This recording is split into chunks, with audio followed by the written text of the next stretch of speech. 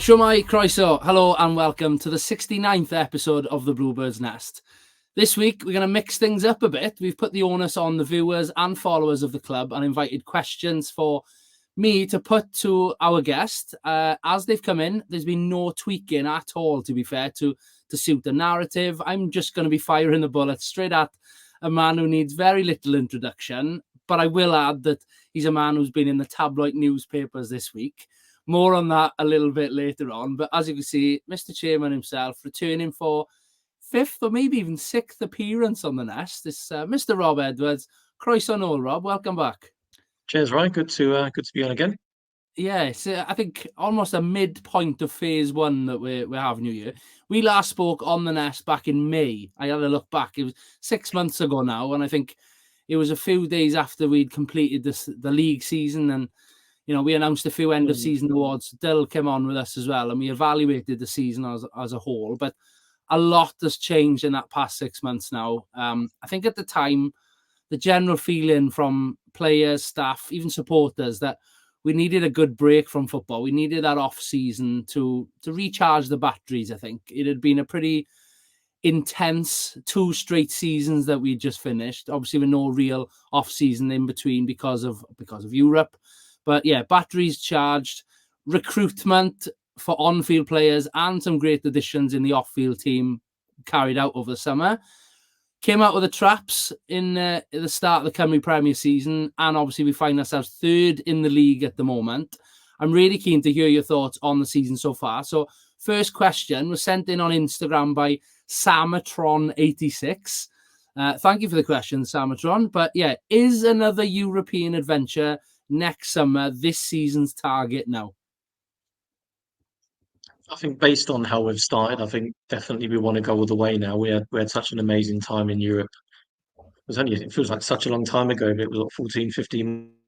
The fact that we've started so well now, it's we want to keep that momentum going, and of course we want to play in Europe every year. I think we're kind of in the dizzy heights of third place. I think we've been referred as a title challenge in various tabloids and online publications, but we're still thinking of how many wins we need to guarantee top 6, and we'll take it from there. But yeah, top 6 has been our plan for the last few years. We've never had a better chance to wrap that up and and really test ourselves against that other 5 in that section with us to see how far we can go.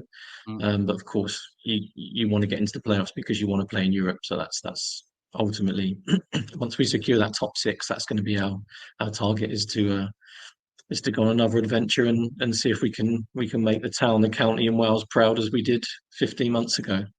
Yeah, fingers crossed. But obviously, we've been playing in Carmarthen at the LHP Stadium for the last few months. Attendances, to be fair, have been pretty good on the whole, considering the distance between Carmarthen and Haverfordwest.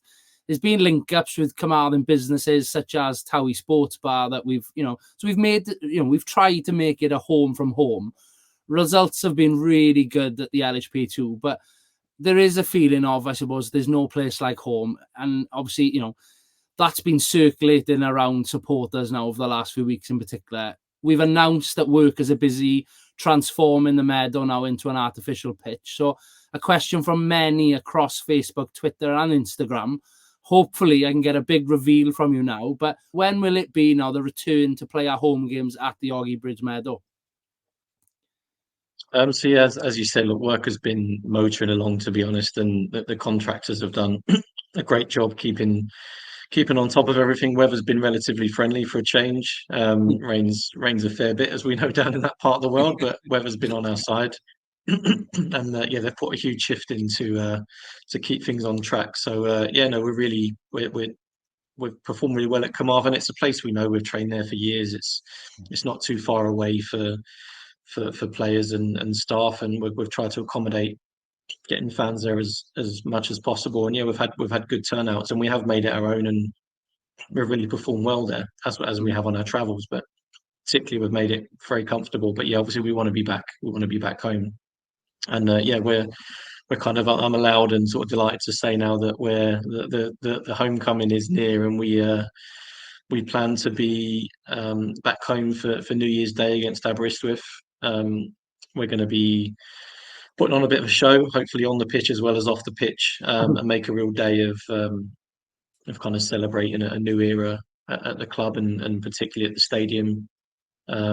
Showcase kind of the progress we've made with the women's and girls team academy community. We're going to have a real celebration. Obviously, 125th year as well, so we're going to coincide some anniversary kind of anniversary action alongside everything else. So yeah, there'll be some information going out very soon in regards to what that day will entail and a bit more about what it means. But yeah, we're delighted to be on track for a New Year's Day homecoming against Aberystwyth. So hopefully we'll get as many of you down there to celebrate, and hopefully we'll come away with the right result. But yeah, it's been a massive push from many involved in the club, particularly Married, who's done an amazing job getting us to the point where this is all possible.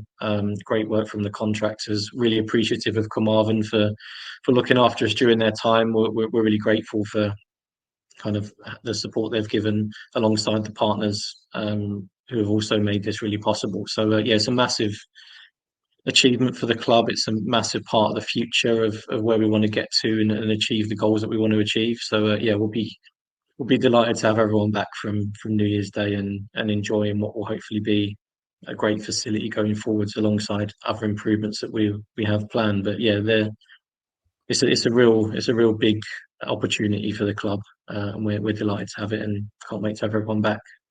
Fantastic. Yeah, new year, new era. You know, it all lends itself to January the 1st, then against Aberystwyth. You mentioned there the work done by many of the off-field team to prepare the ground for this transformation. You know, I've been sent videos and photos along the way, obviously led by Mared with regards to sort of the contractual activities. I don't think she's quite had a shovel out herself, but the Kevins, both, you know, Kevin Haldane and Kevin Craig, Alan Thomas. I think I've seen a photo of Mickey Ellis with a shovel and sitting on a digger at one point as well. Guy does everything, to be fair to him, but apologies if I've missed anyone out as well. But the contractors have obviously come in, and you can see that the images that have been coming through, laying this new surface, ready to see this artificial grass. It's going to be a huge transformation for the club. And the question was sent in from Tim Larry on Instagram. Could see both sides of the argument, you know, the debate, I should say, grass versus artificial. Tim was a big meadow surface lover, but what is the artificial surface going to offer the club going forward then? What was the sort of the ultimate reasons? It's a facility. Like, I'm a purist. I love a grass pitch, and our grass pitch was incredible. The problem is it hamstrung our development in all areas of the football club. It hamstrung the development of the first team. It hamstrung our academy program. We weren't able to have a dedicated and growing women's and girls program, and we couldn't make it the community asset that we wanted to make it. We're just the lack of facility or the lack of quality facility within the area, and the demand within the area. I mean, Pembrokeshire football is huge, as we all know. Obviously, many leagues, grassroots teams, and youth teams in all of those clubs. So yeah, the demand was massive. So we just weren't able to fulfil the program that we wanted to fulfill and take the club where we wanted to take it. So as much as I love a grass pitch commercially and in terms of development of all areas of the club, it was something that's been on the horizon since I took over. So yeah, it was a tough day for me to see the pitch go, but hopefully the benefits of that will be far outweighing the kind of purist view of a grass pitch, and we can really push on with all areas of the club strategy. And I think hopefully we'll make a lot of people very proud, and a lot of people can make use of the asset as we will as a football club. Yeah, fantastic. And you mentioned there the opportunity for ladies and girls football is a massive area of growth for the club. You know, it's a key part of the future going forward. It's great to see progress is already being made across the social media. I think a couple of girls teams over half term went up to Connors Quay and got some really good results. And, you know, that success is being shared regularly. The Wiltshire Bluebirds, Rob, Ingrid and family, they're keen to know now if and when we will ever see a Haverfordwest team in the Gennaro Adran Premier, obviously the highest level of women's football in Wales. Yeah, look, that's where we want to get to. Look, the Girls Development Centre is the first step in that. We want to, as we've done with the first team, we want to show a pathway for young people within Pembrokeshire to compete at the highest level in the area in terms of football, develop them as much as we can, and give them the opportunity that we've given. Also, the young players coming into the first team, you look at how many were involved in our European adventure and how many are involved in the first team. I think in a match day squad, there's 14 or 15 of that 17 or 18 are Pembrokeshire-based players. So we want that opportunity for the women's game as well. So the girls' development is the first step of that, is to create a real foundation and then be able to bring those through into competitive women's football. So it's definitely on the horizon. Hopefully, over the next few years, Michael will continue the work he's doing within the girls' program, and we'll be able to show that pathway to the women's game. So it's definitely somewhere we want to get to. Going back to the ground quickly, there's a lot of work being done, you know, in addition to the new surface that's going to be laid, you know, new railings and fittings, etc. I think a couple of pictures have circulated that the old stand that was sort of furthest away from the turnstiles has been removed. I'm assuming, with this question coming out, I'm assuming you know where the money tree is planted. A question from Luciano Sauro 69 on Instagram, I think this one was. Are you building a new stand this year as well? Unfortunately not. We obviously need to maintain a level of infrastructure to compete in the Cymru Prem, which at the moment we do. So there's going to be some improvements to the stand that's remaining, to obviously make sure that's all in order and able to host what hopefully will be big crowds once we get back to the Bridge Meadow. And there's going to be some kind of leveling and safe standing in the other section of the stand. So it's going to be a safe place to come and watch football, and we're going to be able to open up that side of the stadium. But the redevelopment of the east side is part of a kind of a multi-year plan, alongside improvements to the clubhouse, additional changing rooms, club shop. There's a much bigger picture which we're going to hopefully be able to share with people over the coming year or two, with what our plans are for redevelopment of most areas of the stadium. But yeah, we have to kind of be realistic in terms of where we are. The pitch is going to make the club a real hub for the community. We want to make sure the facilities around it are up to scratch, which they will be for when we get back home. And yeah, there's part of a longer term picture to make it. Well, I've no doubt in the next 2 to 3 years this will be the best place in the Cymru Prem to come and watch football and have community activities. I've absolutely no doubt about that. So that's where we want to get to. But we have to weigh up the financial ability to be able to do it alongside improving other areas of the club on and off pitch. So yeah, part of the bigger picture, definitely. Love it, fantastic. Adam Lee is a big fan of Pembrokeshire League, and I don't disagree with Adam's point. He's saying that there's some good talent across Pembrokeshire Division 1, and there is. And I'm going to quote this one: why don't you play teams in the Pembrokeshire League Division 1? We're not able to, is the answer. We're not able to play kind of second teams or reserve teams within the Pembrokeshire League. That I think that's something that was available long before my time. At this point, it's not something that we can do. All we can do is as I said, with the women's game, and as a brush on that with regards to the academy, we want to give the best Pembrokeshire players an opportunity to play at Cymru Premier level, which is what we've done. So the short answer is we're not able to. And we also have to look at kind of resource within the club in terms of being able to facilitate other kind of adult clubs within our structure. So yeah, at the moment we want to make the club an aspirational place for young people in Pembrokeshire to want to develop and play competitive football at the highest level. If it's an opportunity that rises in the future, it's something we can certainly consider. But there's a number of kind of factors out of our control. I think from a regulatory point of view and also logistically, it's just not something we can look at right now. Yeah, let's look ahead to the future then. Firstly, in regards to the club, the Welsh Dragon, he's a massive advocate for all Welsh sport across social media. Really good account to follow. Wants to know your feelings on the club's progress with regards to performance. We've briefly touched on it, but looking ahead, what are the short-term plans, but also the long-term plans for the club? Where do you see it in a couple of years, perhaps? Well, I mean, from when I took over and the club came back into the Cymru Prem, the first year or two was all about stability. Everyone can see how difficult it is to step up from the second tier of the league into the Cymru Prem. You look at the teams that have come up, and Britain Ferry were kind of probably expected to be a little bit higher than Mm. they would have based on their catchment, the number of fans they have, and kind of the quality of the players and the experience they've got. But they found it really difficult, as every club does when they come up to the Cymru Premier. So the first couple of years was all about just being competitive and making sure we stayed in the league. Obviously, the last couple of years we wanted to be more competitive. Europe was a great adventure, and we did that by finishing in the bottom six and going through the hard way. Mhm. Obviously, this year we're in a really good position to be within that top six. So this hopefully will mark the kind of beyond consolidation and now into a competitive phase of the club to make sure that we're competing in the upper end of the league every year. It's always been the long term ambition to be a full time club and to be really pushing to challenge the best sides in this league.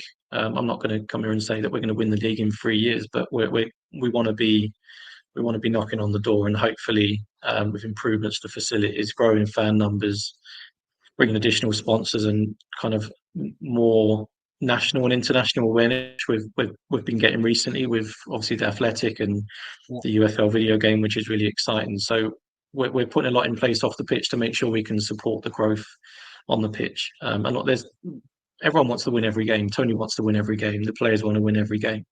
At the moment, we're winning a lot more than we're losing, which is great to see. But many of us take it for granted and rest on our laurels a little bit. But Mm. yeah, now we're in a real competitive phase of the plan, and we want to be competing in that top six. You look at the likes of Bala, Newtown, Penarth, they're established top six teams, and we want to be in the mix with them as we are this season. So yeah, we know we're a long way away from being anywhere near as successful as TNS, but that's 20 years, 25 years of investment and effort from Mike and the people that he's put in place. There's a long way to go to get to that level, but ultimately that's where we want to aspire to be, and give them a bit of a run for their money. Love it. Super exciting when you look forward and talk like that. We saw Kai Whitmore make the move to Newport County over the summer. Obviously, they're a club, to be fair, that have looked to us and across the Cymru Premier for staff and players in recent times.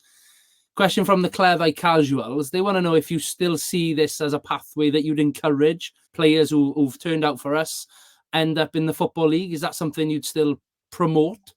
100%. Look, it's a top division of a national league. There's European competition, TV coverage, and I think with clubs now taking a punt on players at this level and then performing well, it's only going to drive more clubs to come and have a look. I mean, not just in the Football League, but even in the National League, and full-time clubs in non-league football are taking players from the Cymru Prem. I mean, Western-super-Mare, I think, took 3 players from the Cymru Prem during last season. I actually went to see Kai play when they played Leyton Orient in the League Cup, and he looked one of their better players. So I know he scored again at the weekend. I think he's been out injured for a while, Mm. but he seems to have adapted to that level really, really well. So yeah, it's only going to encourage people to keep looking at the Cymru Premier for particularly younger talent, of which there's an abundance. The Welsh C have competed really well against England C in the 3 or 4 games that they've played since I've been involved in Welsh football. So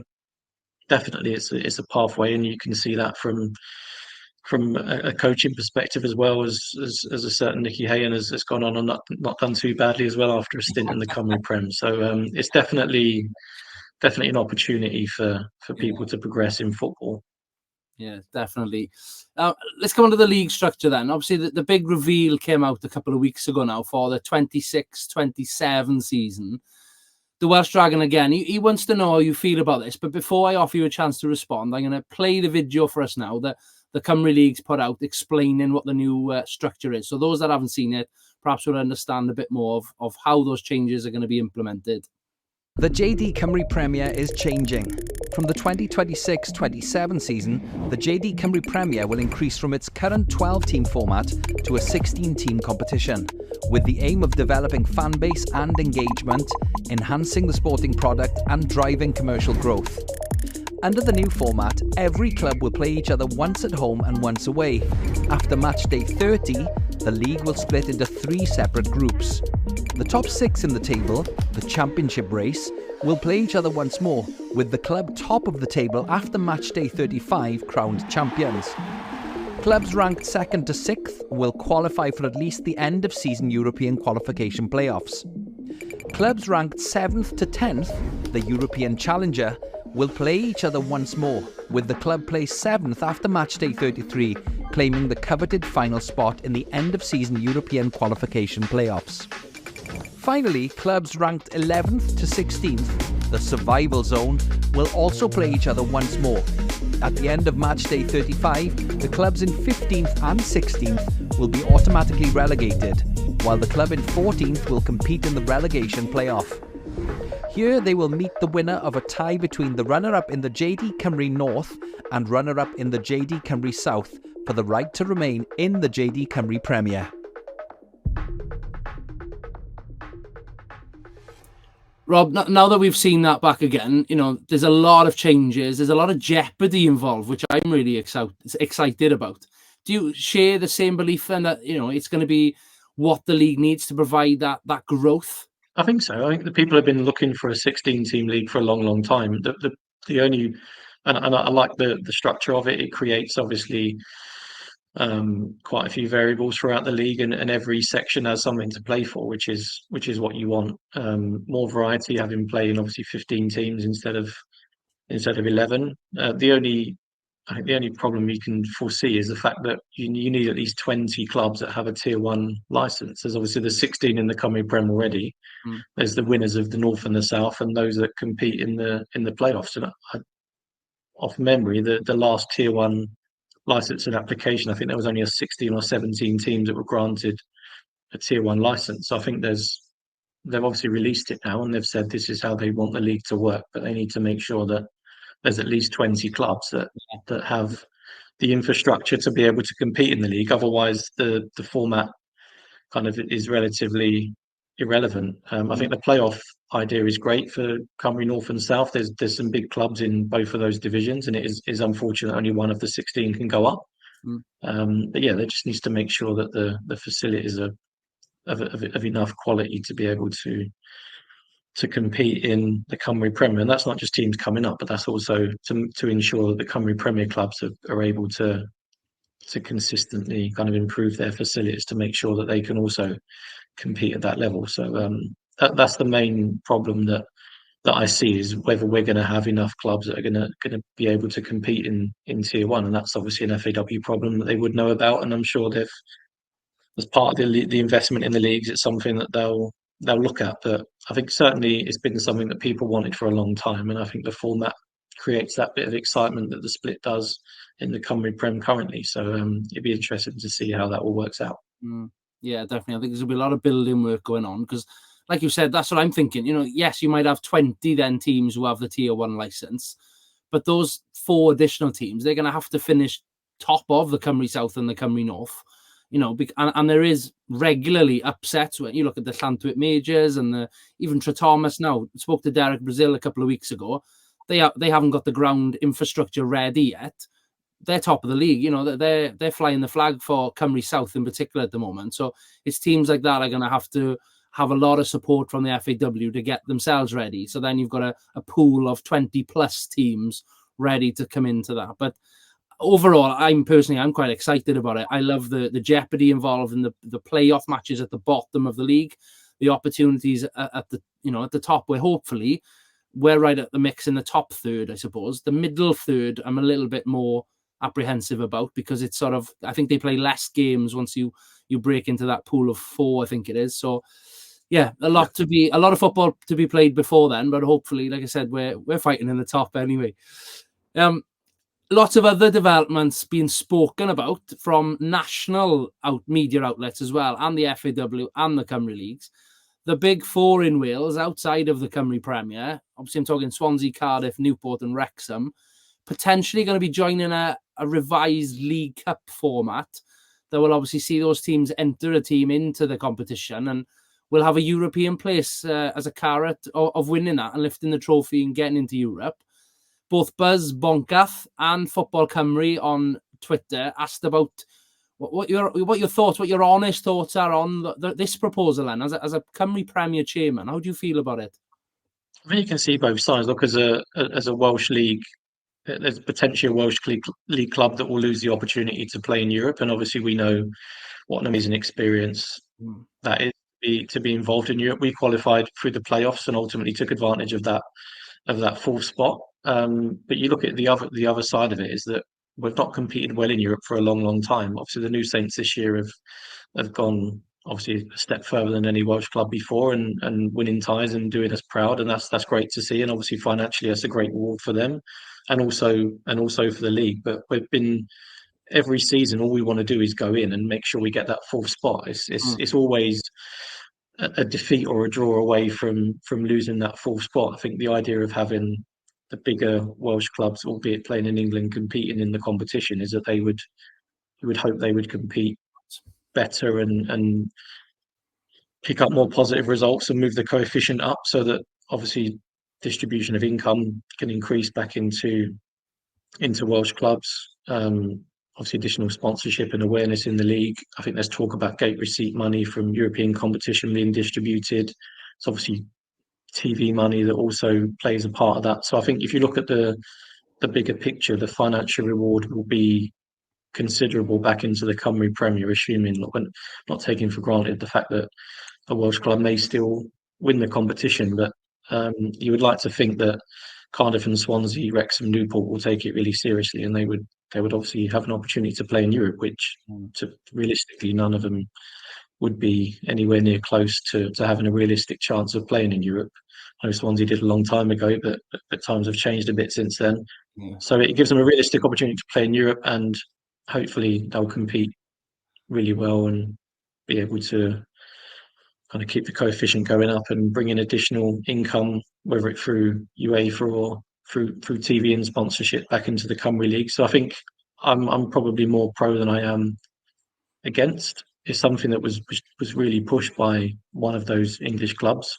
So there's, I think, a real desire from those to be a part of it. So I think it will happen, and hopefully it will create some more awareness back into the league. And I think it will raise the level of those clubs in Wales as well, that they'll want to get onto a position where they can compete against them. So I think it's more positive than negative.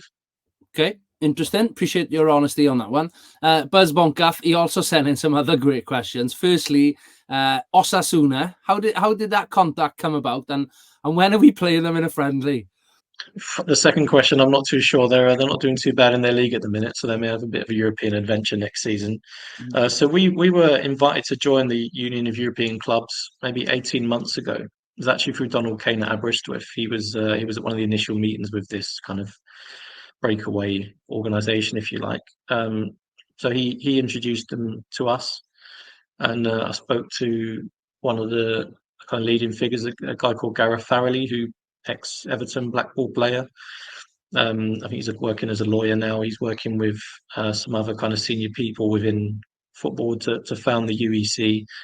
And it's basically a one club, one vote. It's kind of equal say amongst all European clubs, fairer distribution of money amongst European clubs. I think 80% goes to 20-30 clubs of UEFA money, and that obviously needs to be fair. It's looking at things like training compensation and solidarity money being distributed further down the chain.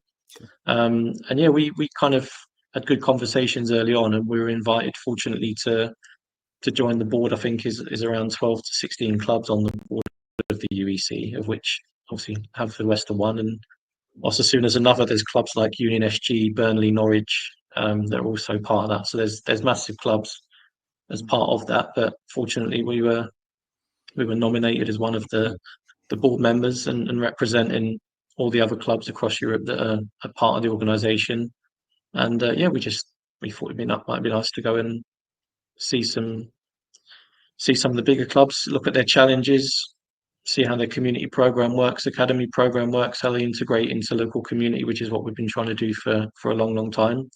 And it was an amazing experience. And actually, like they took a lot of time to show me around, and managed to see all the training facilities and how the commercial works. And it was an amazing experience. But what was really comforting was their challenges are exactly the same as ours. It's just on a much bigger scale. And I think that's the same for all clubs as part of the UEC that we've met, is that the challenges are all the same.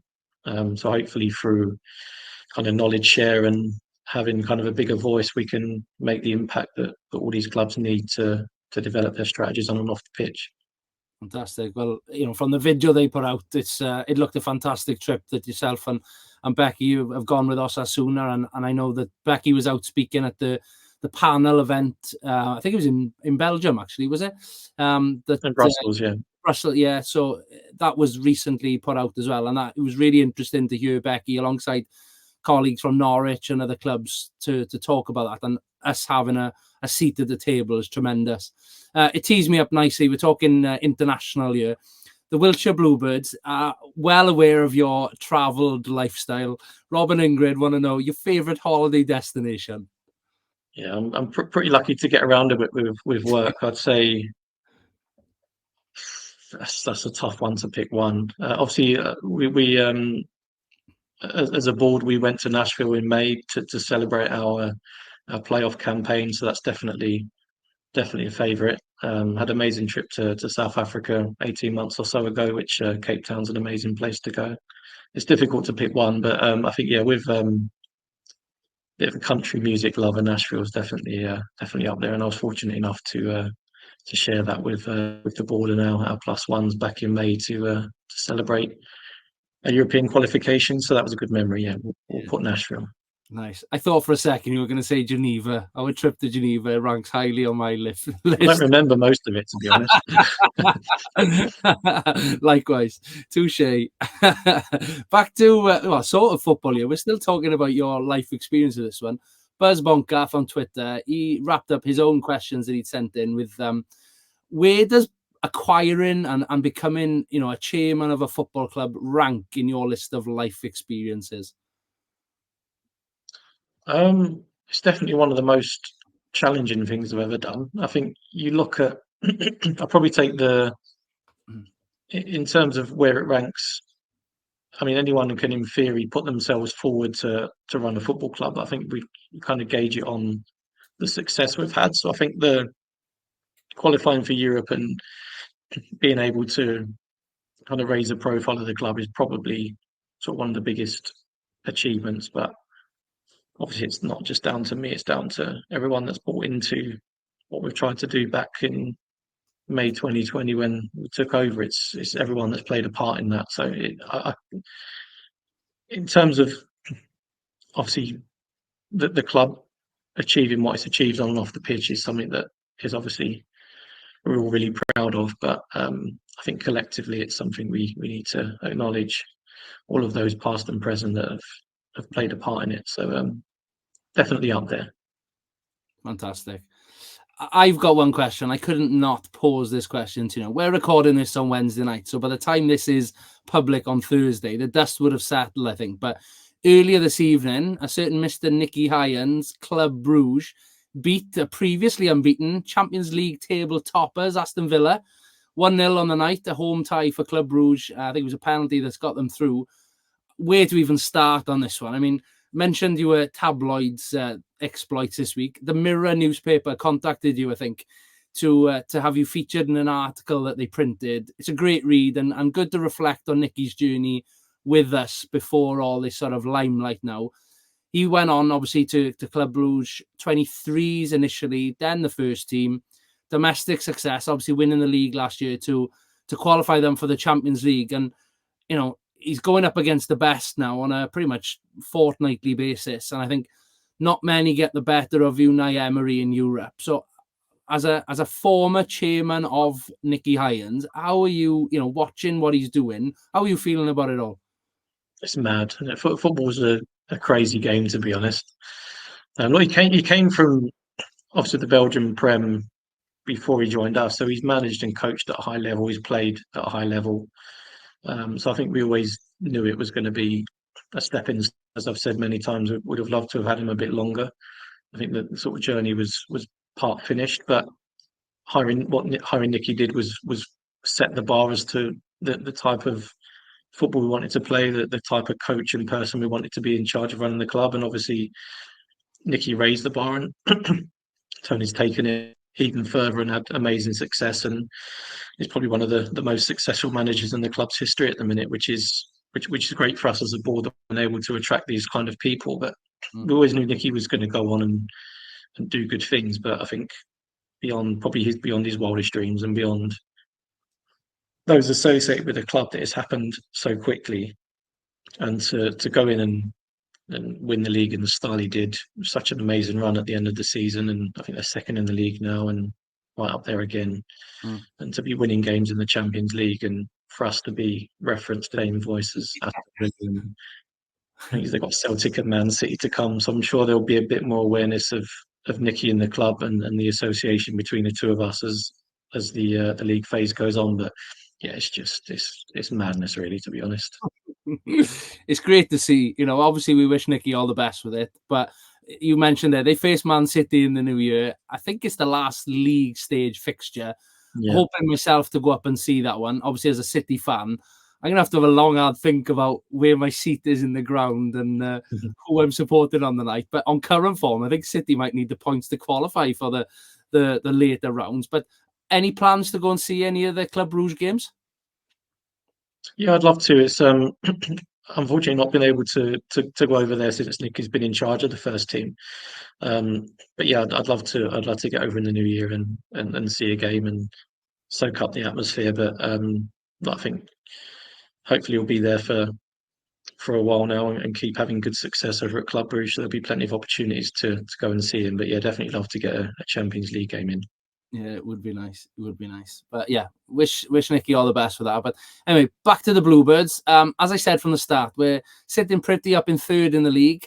A return to refurbished ground is imminent, as you've outlined. I think things just continue to make progress on and off the field. It continues to be a really exciting time to follow the Bluebirds of Haverfordwest County, particularly as we head up to Park Hall this weekend. Certainly a tough test in front of us. Playing TNS on Sunday this week.